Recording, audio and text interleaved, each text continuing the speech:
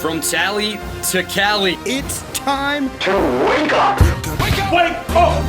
Warchant.com is your ultimate Seminole sports source. And this is Wake Up Warchant, presented by Vitamin Energy. The vitamins. The energy. Now here's Warchant.com's Aslan Hajavandi and Corey Clark. Wake up! It's Wake Up Warchant presented by Vitamin Energy. Coming up on today's show, we're now inside the top 5 of the preseason top 40. Just how important is this piece going to be for the Noles in 2024? We look at Georgia Tech, big picture, little picture, and let's generate some discussion sparked by Cummins. Wake Up Warchant presented by Vitamin Energy, vitaminenergy.com. Promo code Corey for the Independence Day week, y'all. Warchant, B-O-G-O. Oh, he spelled it out, everybody. Really feeling special now. But that promo code won't expire at the end of the week. It's there all the time for Florida State fans, listeners of the show. Give it to a friend.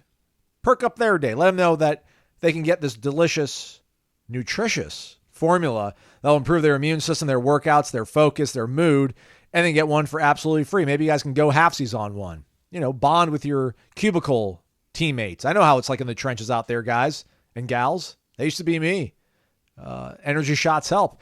I worked with a guy, Corey, that literally built a wall out of Red Bull cans. And it drove management crazy, but I loved it. Okay, all right. I bet he was energetic. He was. Didn't sell a lot, though. Right. Didn't sell a lot.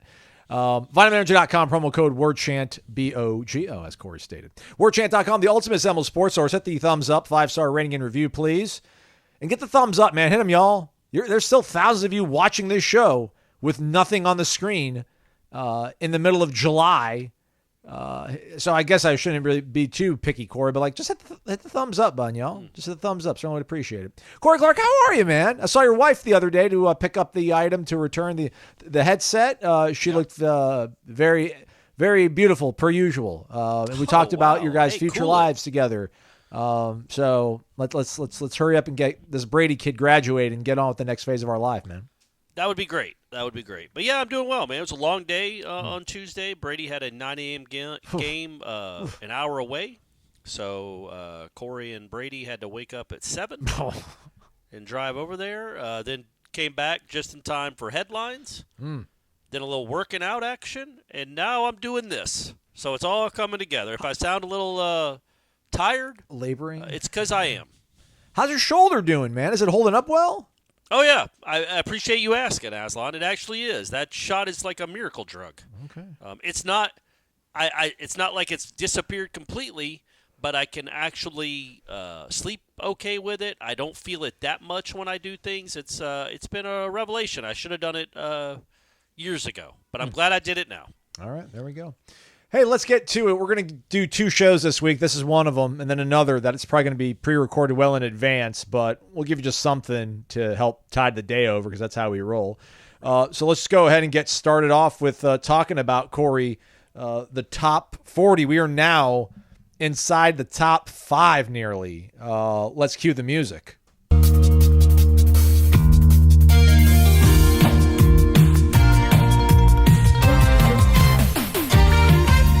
Corey and Aslan. Top 40. Oh, yeah. I'm glad it's back. Yeah, glad it's back. We all are. All right, Corey, let's start off with our segments 1 through 5. We did 1 through 5, right? Or was it 6 through 10? No, but we're just doing it one at a time. So I don't think we should mention ours at all until number 1 has been revealed. Oh, okay. Yeah. So we just did number 5 on Tuesday. We can talk about number 5. But not what we put at number 5. We can talk about where we put this person. Okay. In our particular rankings. Pre-production meeting live in front of your eyes, everybody. How you like that? Yeah. Thank God somebody's here to run this show. I would say so. Number 5 is I just wrote it. It's Darius Washington. Yeah. If we would have done this 2 weeks prior, I wonder where he would have been ranked, because I think a lot of this was the tailwinds from Mike Norvell stating that Darius is a great offensive lineman, has the potential to be an All-American. You know what that is, though? I don't think it's like, Norvell says he's going to be an All-American. Let me bump him up because I don't want to look dumb if he wins the outlet. That's absolutely what I did. I'll speak for myself. I think it's more like, to me it was, okay, well, Darius is the left tackle. There's no ifs, ands, or buts about it. Robert Scott might play, But if he does, it will not be at left tackle because that's where Darius Washington will be. And a left tackle is very important, especially one that's played in 47 games already, which is insanity. This guy's going to play in 60 games in his college career if he stays healthy. But, yeah, so that's what I mean, it doesn't hurt that he said could be an All-American. But he's a first-team All-ACC guy, and he is locked down left tackle, and he's, I'm going to guess, 23 years old. It's his sixth year of college football. His sixth year where he'll start a game, which is I don't know that anybody at Florida State's ever done that. Started a game in 6 straight seasons. So yeah, I think that has as much to do with it. Like there's no uncertainty about where Darius Washington will play this year. He is starting at left tackle. Okay, you're not wrong. I mean, I don't know. Am I putting too much credence into the words of Mike Norvell? Because I think I probably had him in the low teens, like 16, 17, 18. And then where did you have him? Where'd you end up putting him? I ended up putting him at 7. Where'd I put him? I'm sorry, I put him at 6. You put him at 7. Oh, okay, all right, there you go. So yeah, that vaulted him up because we haven't heard Mike Norvell say a lot of that kind of stuff. It feels like. So when he does say it, I'm going to buy it hook, line, and sinker for right now.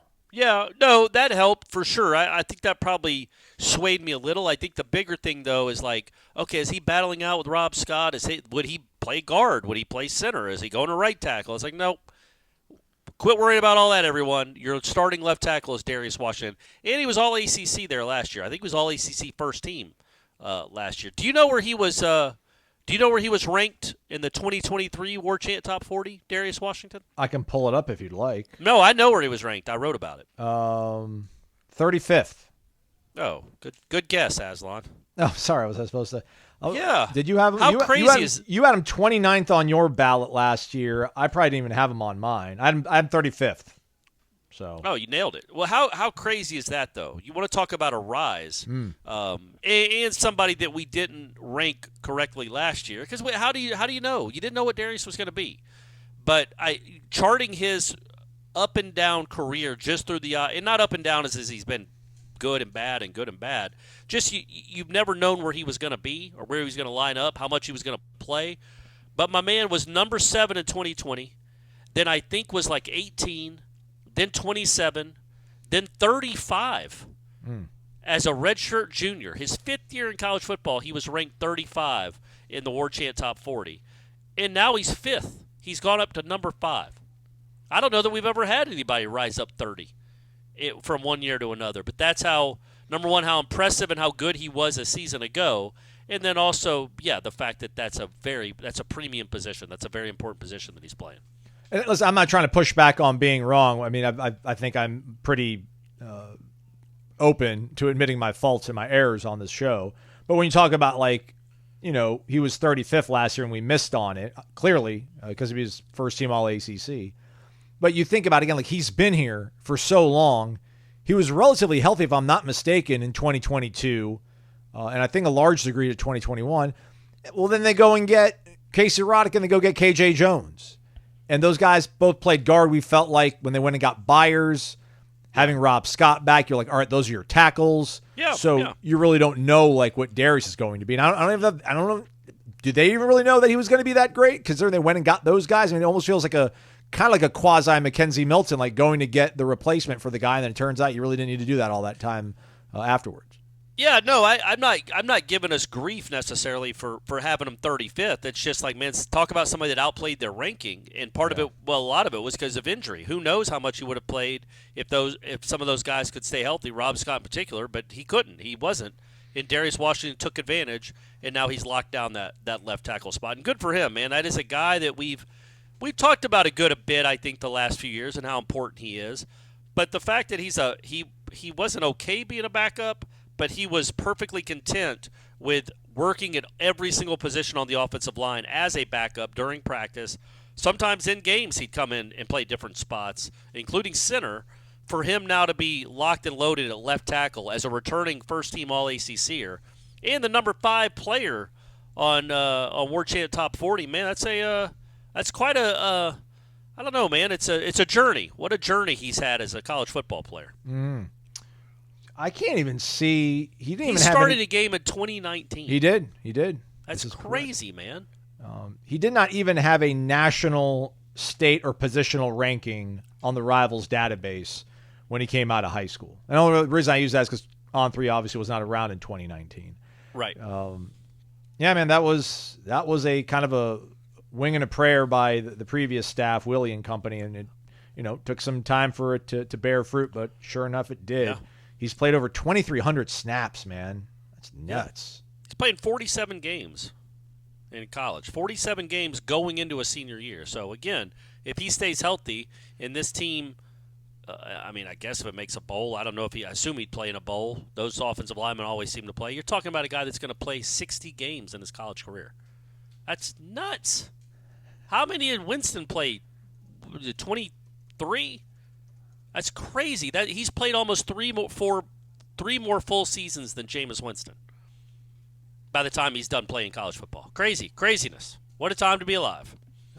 According to Reddit, John Schenker played in 62 games for Auburn.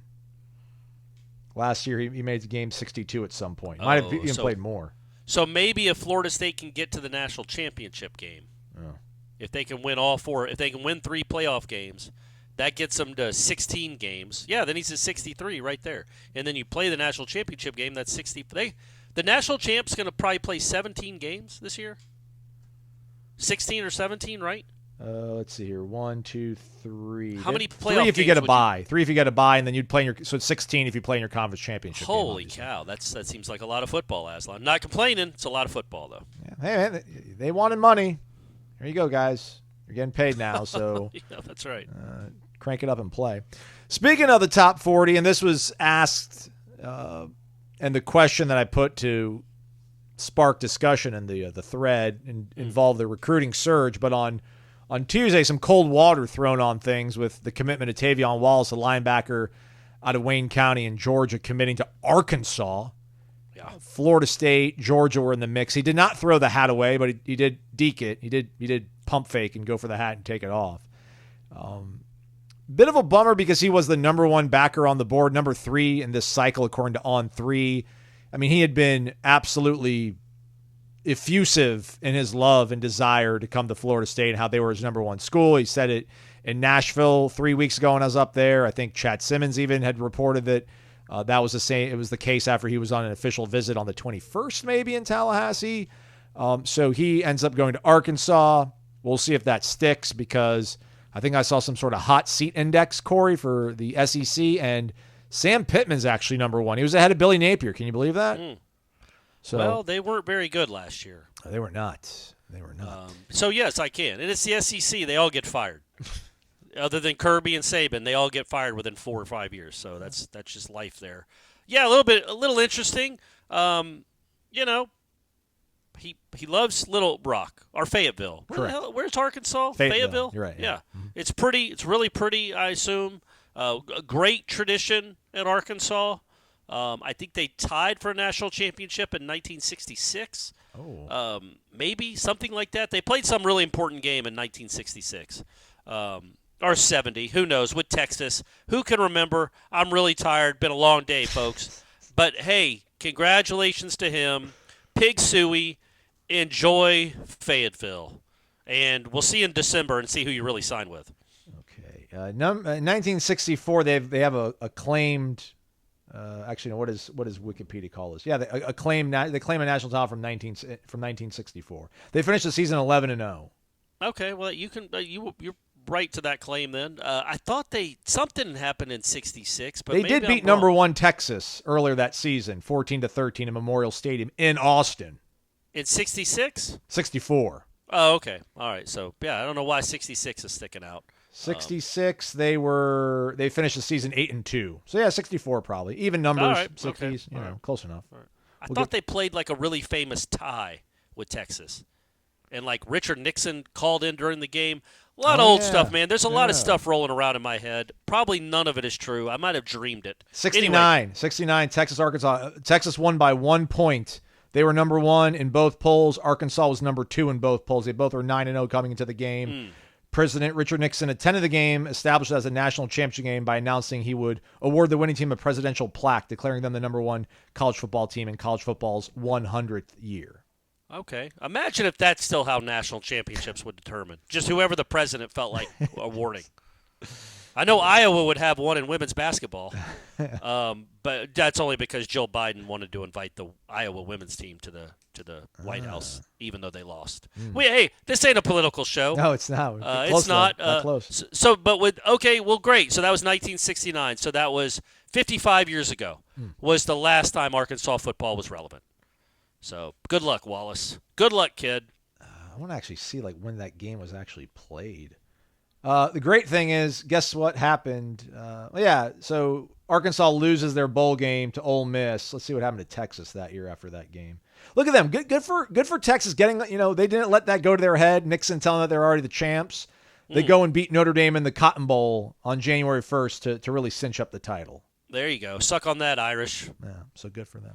All right, so our guy Tennisump was saying, wake up. I've got a question for you guys with an unlimited actually, that's the wrong guy.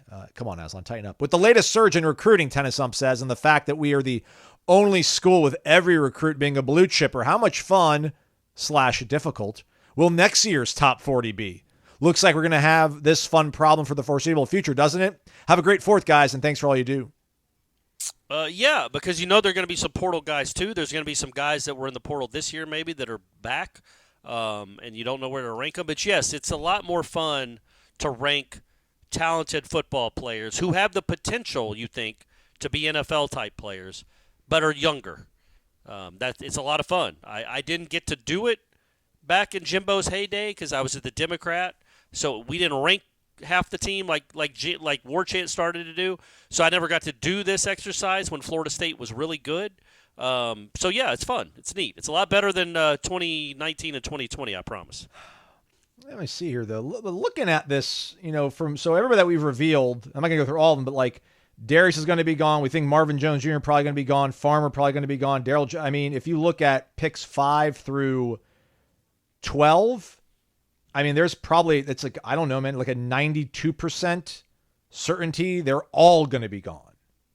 So, I don't know, does that make it more fun that they're all going to be gone? There's going to be new blood? I feel like that's not going to be fun. I feel like it's going to be more difficult. Well, on the fun, difficult spectrum, yes, you're on the fun right, side yeah. of it. Okay. Yes, correct, yeah. Okay.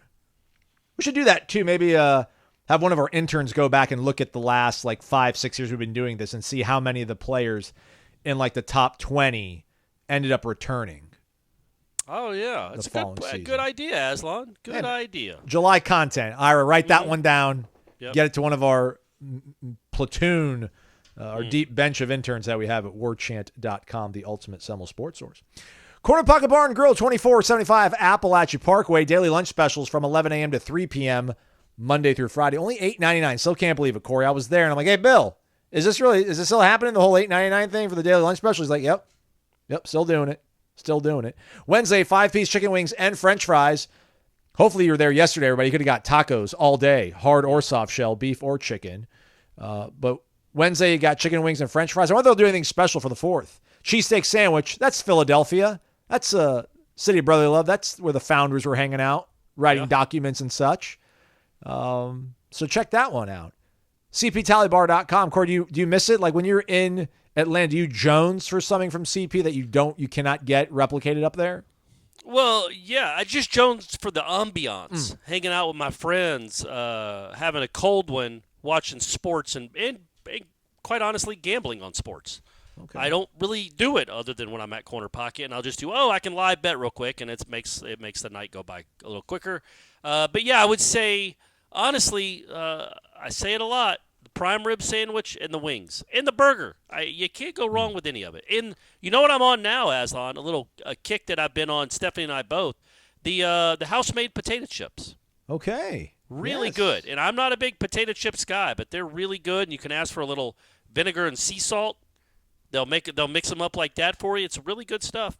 Stephanie can't get enough. Corner Pocket Bar and Grill, 2475 Appalachia Parkway. Try it for yourself. Picking it back up, question number 4 on the thread, which is actually question number 3 because I'm the original post, so I'm number 1. I don't know why I said that. Dalvinism, Corey. Wake up! With being only 7 or so weeks from Ireland, wondering what your very early thoughts are on the Georgia Tech Yellow Jackets in that matchup. I know it's not LSU, but is it a game you could see FSU losing if things break the wrong way, or is the talent gap too big for there to be much concern over that game? Bill Connolly over at ESPN, Corey, does the S&P, whatever, analytics. Georgia Tech's got a 0.6 chance of winning the ACC. They're ahead of Boston College, Pitt, Virginia, Wake Forest, Stanford. But hey, you only need one game, right? You got one game, Florida State. They do bring that quarterback back, Haynes King. They also bring back Jamal Haynes, their 1,000-yard rusher. Leading receiver Eric Singleton Jr. is also back, Corey. And apparently they had 8 different guys that started at least one game on the offensive line, and 5 of those guys are back. So the offense is going to be sturdy, probably. Defensively, though, they're still a mess. They did bring in a new defensive coordinator, Tyler Santucci. He was actually at A&M and then at Duke. He's a Mike Elko guy. So he's got some background on who you are, Florida State, considering he coached against you last year. But they did not bring in a lot of pieces to help on that side of the football. So I don't know. Maybe they just want to figure out a way to get into a shootout and then maybe end up with the ball last. I haven't dove too deep into it, Corey, but it just seems like offensively they're going to be pretty formidable, but defensively you just feel like Florida State, Mike Norvell, will, over the course of 60 minutes, just be able to figure it out better than they will. Yeah, I think the one thing that gives you pause is they do have a running attack. It's real. It worked really well against almost everyone they played last year. And you're breaking in a lot of new pieces at skill on the offense. So you expect maybe a little learning curve, some growing pains. Even though DJ's been playing football forever, it's still his first game at Florida State, his first game in this system, and he's playing with receivers that are kind of new. Well, certainly new to him. So that's where you wonder, okay, if the offense is just pedestrian, if it's not very good, if it's just okay, mediocre, if you're only scoring in the mid-20s, yeah, you could lose that game. That's like they have a 0.6% chance of winning the ACC. They have a much higher chance of winning this game. Yeah. I think the spread is anywhere from like 7 to 10. So that's not a rout. That's not a runaway. Maybe 7 to 14. I think it's double digits, but it's not 30. We talked about this the other day, yeah. I thought. So I think that, yes, they absolutely, if they don't play well, could lose this game. There aren't many games on the schedule, quite frankly, where if you play poorly, you can still win comfortably. Frankly, if you play poorly for most of these games, you're probably going to lose. Like Florida State's talent disparity, this isn't the 90s. And that's not just a shot at Florida State, that's a shot at college football. Most teams, this day and age, if another team plays well and you play poorly, you can lose to almost anyone. Georgia might be an example where you can't. They might be the one. But look around the country at everybody else that wins a lot of close games and struggles, and they're in fourth quarter games, or frankly lose or are really close to losing. So in the fourth quarter of games, there aren't going to be a lot of auto dubs on this schedule. If they play well, they're going to beat Georgia Tech. If they don't, if they struggle a little bit on offense, which is certainly a possibility, it could absolutely be a game in the fourth quarter. I'll take mild umbrage with the fact that when was the last time they played poorly? Bowl game notwithstanding, post-Jordan Travis 2023 notwithstanding. Or do we look at that and do we think that that's maybe what they could look like? Because I go back and think back to like 2022. You could say they didn't play well against, in that 3-game losing streak against Wake, NC State, and Clemson. Yeah. But I think the talent gap in 22 wasn't maybe nearly as pronounced as it's going to be this year, I feel like. Well, obviously it's not going to be as good as it was last year, but I still feel like if they play quote unquote poorly, I still think they probably beat everybody on the schedule other than like Miami and Notre Dame. Yeah, I don't know. I'm just not convinced of that. We have to see what this thing looks like. I think they have the requisite talent to win these games, even if they're not playing in a quote unquote A game. But we don't know that for sure yet. I think the offensive line will be better. But is it good enough to just decide, okay, we're running down your throat? Our quarterback isn't feeling it. He's not playing well. He's not seeing it well. He's throwing. He's a little errant with his throws. Okay, can our offensive line take over and run this ball down your throat? They couldn't last year. They should be better this year. So let's hope we see that. But until I see that, I don't know that I could say for sure. Yeah, man, if you don't play well against Memphis, you could lose to Memphis. SMU, same thing. I don't know about At Memphis. SMU. I mean, Memphis isn't a joke, man. They got a good quarterback. I get it. Yeah. I just wonder, what's going to give Florida State problems? What is the formula to beating them this coming season? Because last year going into the season, my whole thing was, I actually went back and I Googled my name for a reason I don't want to get into. And it went to one of the results was an LSU message board after I did the preview of the game, and they were like, what a homer, he's an idiot, doesn't know what he's talking about. He compared Florida State to the 2019 LSU team, which I did not. I'm like, I'm going to talk about them, but I'm not comparing them. Right. But when you talk about the great teams, like the great Brady teams, it was, how he lost was teams would rush 4, they'd drop 8 or drop 7, and then, it would just work out fine. It felt like last year Florida State, that was the only way you're going to beat Florida State was you would have to get pressure on Jordan Travis with 4. You'd actually have to get your hand on him. That's another complicated thing. And coverage would need to hold up downfield to where he couldn't scramble and find somebody open downfield. Like it was such a large list of things that had to go right to stop the Florida State offense. I don't think it's nearly as long of a list this time around, Corey, but it just feels like this offensive line is so good. DJ will have time, so even if he's not seeing and feeling it right, he's probably going to have enough time to find somebody downfield. And I don't know how great these receivers are going to be, but it just feels like the more time you give guys, they'll find a way to kind of get open. I wonder over the course of a 60-minute football game, what are the things that would lead? I really can't see the things when it comes to the non-Miami game and the non-Notre Dame game. And Miami is just because of the rivalry aspect. I don't think their defense is going to be nearly as good as it has to be to beat a team like Florida State. I mean, what do you think about what do you see as the coracle that you're like, man, these are the things that could go wrong in a game reasonably, not talking about like a bunch of injuries happening, but the things that could happen in that last year really never crossed your mind. Yeah, man, I think you've lost some special off that. I know. DJ isn't Jordan Travis. He's not as good as him. He can't make some of the magical plays that Travis made. I know he didn't run for very much last year, but he still made some ridiculous plays that just we forget about. And his presence. And yeah, sure, that too. Keon was special. Johnny was special at times. Trey Benson was special.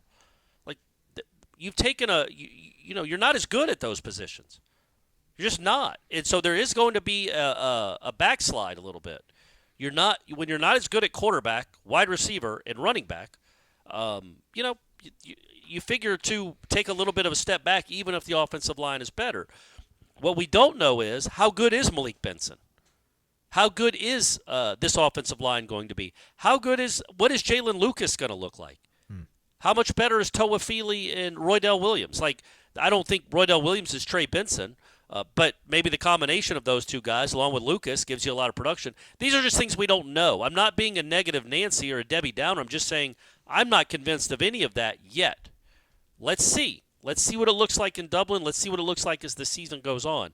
I want to see better offensive line play when it comes to the run game, man. That was a disappointment last year, for the 13-0 season. It was something that I was not fired up about, the way they ran the ball consistently. We think, again, they will. And we saw it. Like, this isn't just hopeful thinking. We saw it in the spring. Like, this isn't coming out. I don't want people to think this is just coming out of a wing and a prayer and a hope. We saw this offensive line in the spring, and they did seem much better in the run game. They opened up some really nice holes that weren't there the previous spring. Even Braden Fisk wasn't even practicing last spring, so it wasn't like, no duh, Corey. Still felt like a big play run game, though, Corey. No? At least I remember some. I get what you're saying. I thought, to me, I saw a lot more 15 to 18-yard runs up the middle. Not just a bunch of 1-yard runs, 0-yard runs. Oh, there's Trey for 70. Yeah. To me, it felt, in the spring I'm talking about, Right. it felt more like some creases where, okay, it's not a home run, but it's a single to right. It's a 12-yard gain. It's a 16-yard gain, however you want to phrase a single. So I do think if the offensive line can be good, not just better than it was last year, because last year, quite frankly, it was pretty mediocre, all things considered. Yeah. If it can be good, a good offensive line, then yes, this team can go do anything. If you have a good offensive line, everything's on the table. Yeah. That's what I want to see in Georgia Tech and moving forward, is go dominate, man. Like Jeff Cameron pointed out, we did the show a couple weeks ago. They They didn't dominate Southern Miss in the running game last year. That was a bad sign. They didn't dominate anyone in the run game. Now, they would hit some big runs later in games, but they couldn't just exert their will against anyone. And so that's what I want to see. I want to see some will exertion, a lot of it, early on and often all season long. And then, yeah, man, I think then this offense could be really good, could be much better than last year's. And I don't say that lightly. I think it could be. If it has a much better offensive line, it is going to be better than last year's. Wait, you think? I don't know about that's crazy. I don't know. I can't. Well, because think about it, man. We look at that team, but I don't know what they ended up averaging, but they were not good against Miami. That was not a good offensive display against Miami. For 3 quarters, it wasn't a good offense against Duke. Against Florida. Yeah, man, Georgia didn't roll everybody either, man. No, Texas I'm saying didn't roll everybody either. This offense wasn't exceptional last year. The Florida State offense was not exceptional. It was excellent, though, man. It was really good. I think you're misremembering. I don't think it was as good as you remember. I think the LSU game, it was fantastic, but what was that defense? I think when you look at that offense as a whole, when you take a step back and look at it, and the points per game gets skewed because of the North Alabama game, and there probably was another game they scored a lot of points. But you're in the swamp. Florida's got an okay defense, nothing special, I don't think. I don't remember anyway. I know you've got a backup quarterback in there, but it's an experienced backup quarterback. And couldn't run at all. Didn't want any part of it. Couldn't run at all. Okay. Yeah. You just couldn't. You hit a run late, which you absolutely needed. But other than that, you couldn't run at all. You scored 24 points, 17 points, whatever it ended up being. So, yeah, I'm not trying to besmirch the undefeated 2023 team, but I don't think that's an impossible bar to clear. It did not end up being 2013. It certainly wasn't 2019 LSU like you compared it to way back when. I know, I was joking. But, yeah, so I think it can be got. It can be exceeded if the offensive line is much better. And I'm saying if it's much better, not just an improvement, but a significant improvement, that opens up everything. If you can run for 200-something yards a game and then you suck those safeties in and you've got that dude that can throw it over the mountains out of the stadium. Uncle Rico, yeah. Then, yeah, you could be a real bear on offense. What do you think? Speaking of, great third season, I thought, of the Bear. I started it. I started the actual show like a week and a half ago, and I don't know if it's because I never really worked in hospitality, but I'm going to finish the string just because Mama didn't raise no quitter. Right. But like I'm midway through the second season, and I just, for lack of a better term, I don't get it, man. I just don't know is it all about character development here and just feeling? Have you gotten to the Christmas dinner episode of season 2 yet? No. Okay, get to that. And then we're in Denmark right now. We're in Denmark. The episode right after that. Yeah. And it all starts coming together a little bit. You start figuring some stuff out. I just don't like the whole cousin thing. Cousin. Hey, cousin. Yes, yeah. Come on, I gotcha. I will say, though, I think it was episode 7 of the first season that was all done in one shot. It was a very short episode. But, like, people are like, man, this show, like, I feel the anxiety. And I'm like, I don't know. I'm like, I don't. Man. Maybe I'm not. I don't immerse you're myself. Dead inside, too, right? Yeah, you're a little bit that's dead right. inside. Never mind. You're right. Defensively, what do you think, real quick, just in terms of, like, big picture stuff for Florida State? I think they're going to be really tough to run on. And I feel like they're going to get pressure. Yep. And you feel like Azaria's got one guy covered pretty well. Shaheem's going to be able to do pretty good air traffic control on the rest of the things. We don't think about Fentrell enough. So like when you think about Georgia Tech, maybe on a micro scale as opposed to the larger part of the entire season, like Haynes King, if he runs around, but I don't know, he's elusive, but not elusive enough to where he's going to get the better of Patrick Payton and Marvin Jones, I don't think, over the course of 60 minutes. He's going to get moments. You remember he's like the Schrader kid from Syracuse. Well, and I'm not just saying that because he's a white quarterback. But he's not a guy, he's not Cassianos that can make 5 guys miss in the pocket. But he is a guy that he's a much better thrower than both those guys, though. I don't know that he is. He's a real running threat. A real running threat. And that's where his strength is. I don't think he's a very good passer at all. But his strength last year was in the running game, his legs. And that is an element that he brings. He's not one of those guys that runs on 3rd and 16 and gets you 19 yards typically. But he's a guy that keeps it on the zone read, and can rip off huge runs. He's fast now. He's a big kid that can go. So that's where I think it's a great test, especially with Cassiano's coming the very next week. It's a great test to face a mobile quarterback, and it's a great test for your run defense because I, too, think they're going to be very hard to run on. But we'll know real quick because, you have some inexperienced linebacker, and if you start choosing the wrong gap and consistently choosing the wrong gap, it can get ugly in a hurry. So those guys will have to grow up really quick, whoever's in the playing linebacker, other than Lundy, who's obviously a veteran. All right, we go to Whack 169, Corey. Hey, guys, hope all's well. I've asked this question a few different times. No one's ever answered it, but I think it's an answerable question. How much is it going to cost to have a really good college football team every year? I'm not asking for specific player amounts, but more along the lines of how much money a great college team is going to cost. $10, $20 million spread over the roster every year? Keep hearing about paying players. I'm asking because I would like to know, what does it take to make FSU competitive nationally? What kind of numbers do we need to shoot for with raising money each year? Thanks. Hope you have a great and safe weekend. This is a good question. I think a lot of people do want to know about this. We're going to figure it out, I guess, maybe some way. I did some math, Corey. Watch out, everybody. I did some math. Let's do it. Fire up the cameras. Fire up the generators. Let's generate discussion. Sparked by Cummins. But before we do that, Corey, we actually got to give away some free swag. The whole point of this thing, everybody, is that you ask a really good question and then you get showcased into a drawing every single month for free swag, and then you get entered to a grand prize drawing at the end of the year. So we've got our 4 winners from the month of June. It's time to give away some free swag. Again, be a member of warchant.com. Get involved. Ask a question that's really great, that sparks discussion. And we do this, generates discussion, rather. Let's spin the wheel, Aslan. Stop talking. We've done so much content, folks. You won't even know the half of it. The winner from the month of June is, it looks like it's going to be Grumpy BK. It is. Grumpy BK edges out Jared Noles, Seminole Life, and Scipio, Josh. Look for a DM. Give me your address. We will then go ahead and send you your swag.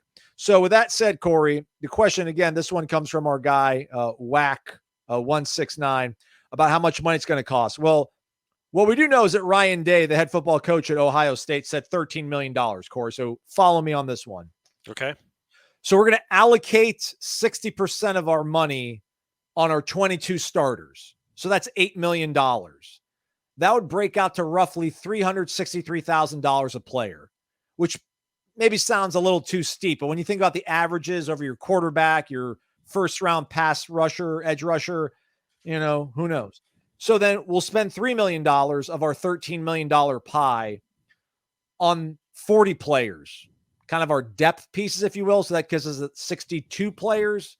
So 40% of your players get about 23% of your salary, $3 million roughly. $3 million over those 40 players, they get $75,000 each.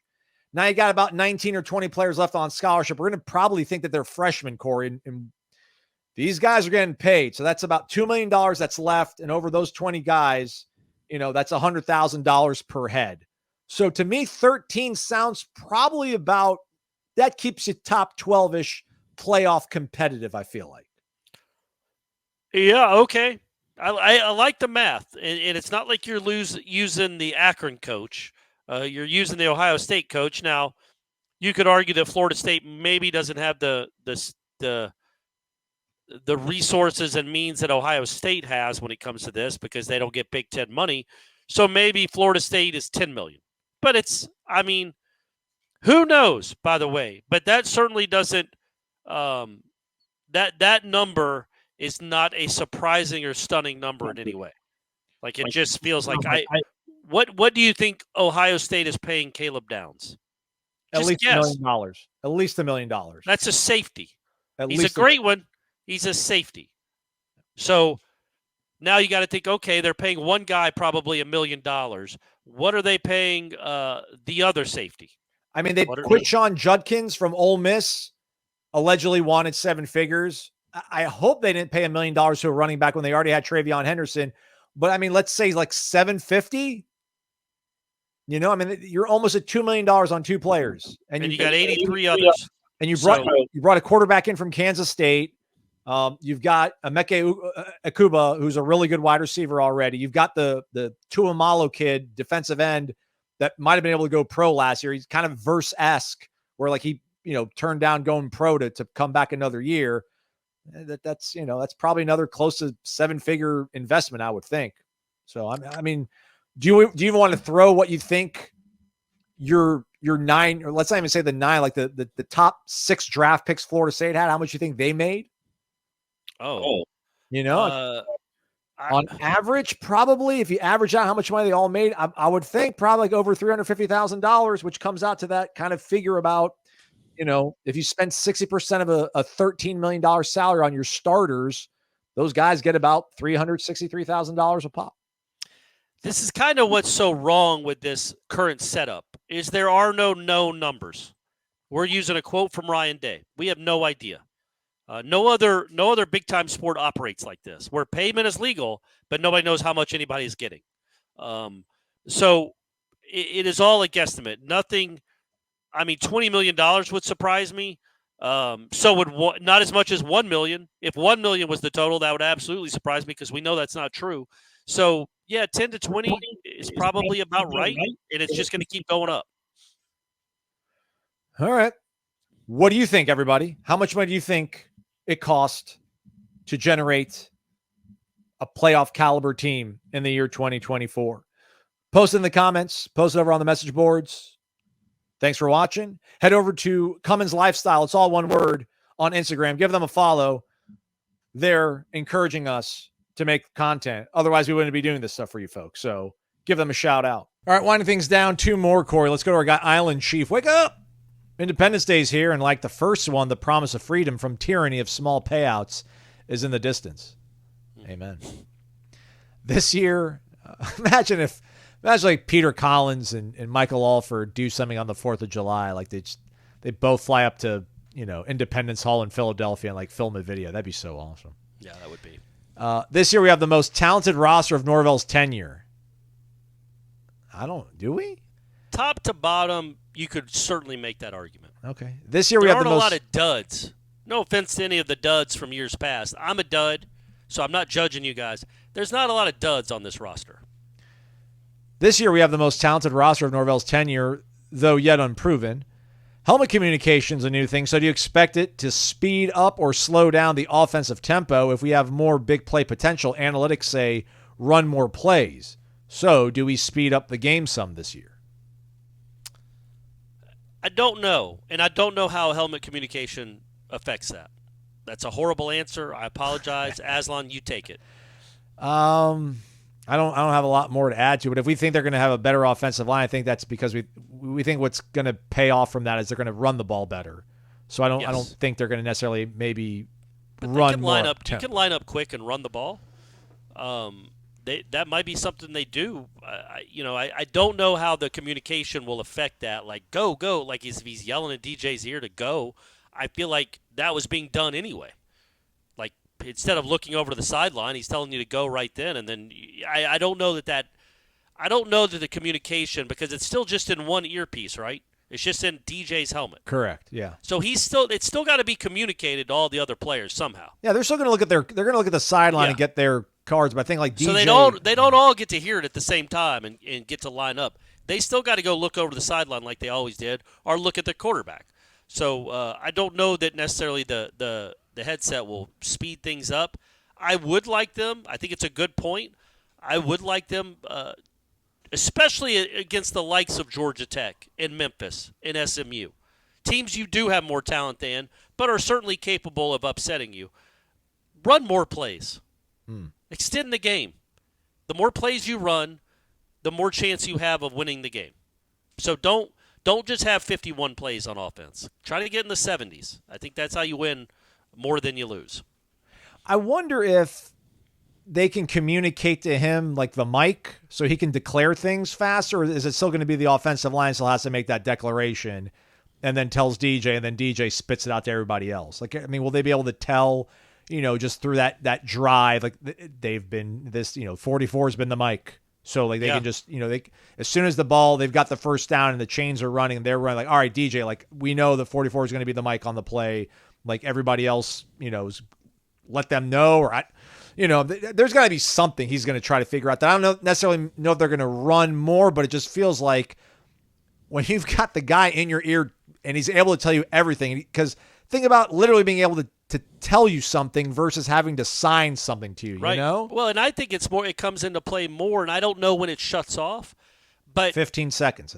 so they do all this scouting. They look at all the analytics. They know all the trends of a certain defense or of a certain defensive play caller. And so it's like, the first game of the season, you don't know trends because it's the first game of the season, and Georgia Tech has a new defensive coordinator. But maybe game 3, it's a 3rd and 9, and Norvell knows it's 3rd and 9. On 3rd and 9, 80% of the time they bring a weak side blitz. Right. 80% of the time they bring a blindside blitz or whatever it is, or the safety crashes down on 2nd and 4. That's something that I think that will be communicated that has not been. It's not like Norvell can signal to Jordan Travis, "Hey, watch the safety blitz." Like, what hand gesture is that? What sign do you hold up for that? Yeah. But in real time, you can say, "Hey, man, 3rd and 9, watch the backside blitz. Watch the backside blitz." They do this 80% of the time. Be on the lookout for that as you're calling the play. Yeah. Caleb Downs is coming for you. Caleb Downs is coming for you again. Yeah, that's right. That's right. Because they will be playing Caleb Downs, and I'm going to guess the semis. Yeah. Probably the semis, yeah.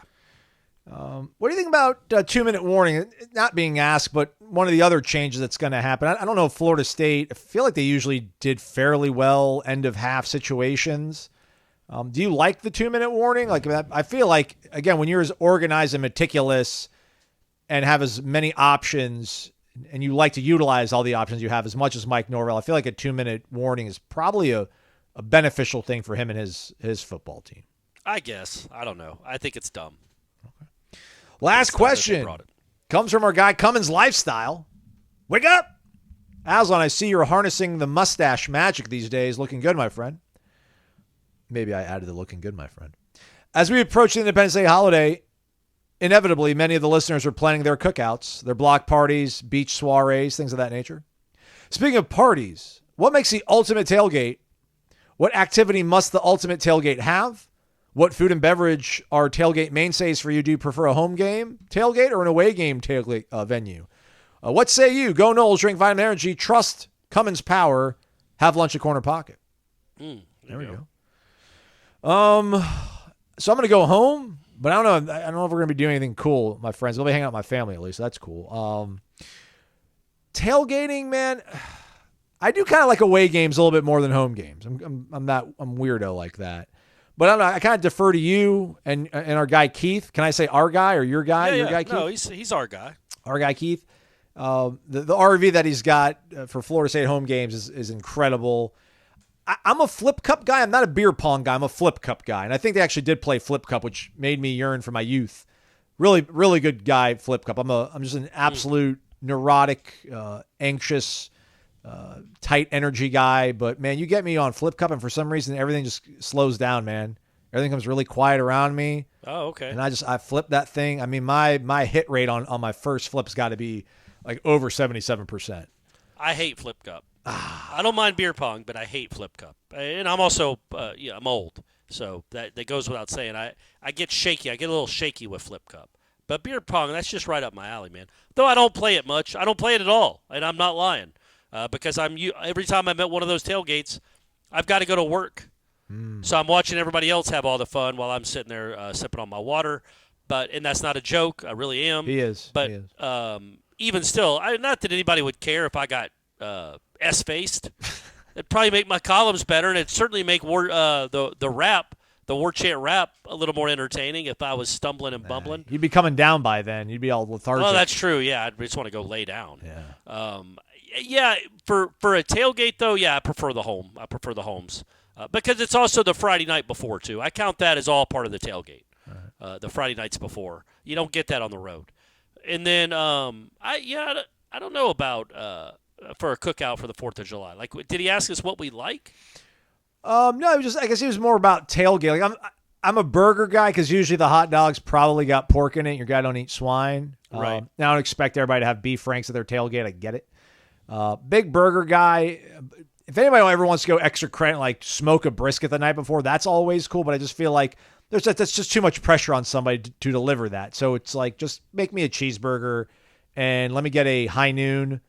That's like grapefruit, lime. Nice. We're neutral. We're a neutral guy now too. Light. So it's light. It's light. It's not gotta too be, heavy on and it's you. got to be tart. I don't want the strawberry. I don't want watermelon. I don't want peach. I don't want mango. I don't want black cherry. I need something that's got like a little kind of like sourness, tartness to it. Otherwise, it just feels like you're just drinking Jolly Ranchers soaked in booze. So that's my pickiness of whatever. So my main thing, give me a hamburger and a high noon, and let me get in on a game of Flip Cup, and I'm cool. And have a TV on, obviously, right? At least one TV minimum. Oh, of course. Multiple TVs is the preference. You got a bunch of games going on. Yeah, I'm a hot dog guy, especially off a grill. That's actually the only time I'll eat a hot dog is if it's been grilled. If they're boiled, they're gross. But grilled hot dogs are great. And cheeseburgers, man. You can't go wrong. Can't go wrong with them. All right, we got one more show for you guys. Not sure if it's going to publish before the 4th or after the 4th, but we'll do one more show. Promise, Scouts Honor.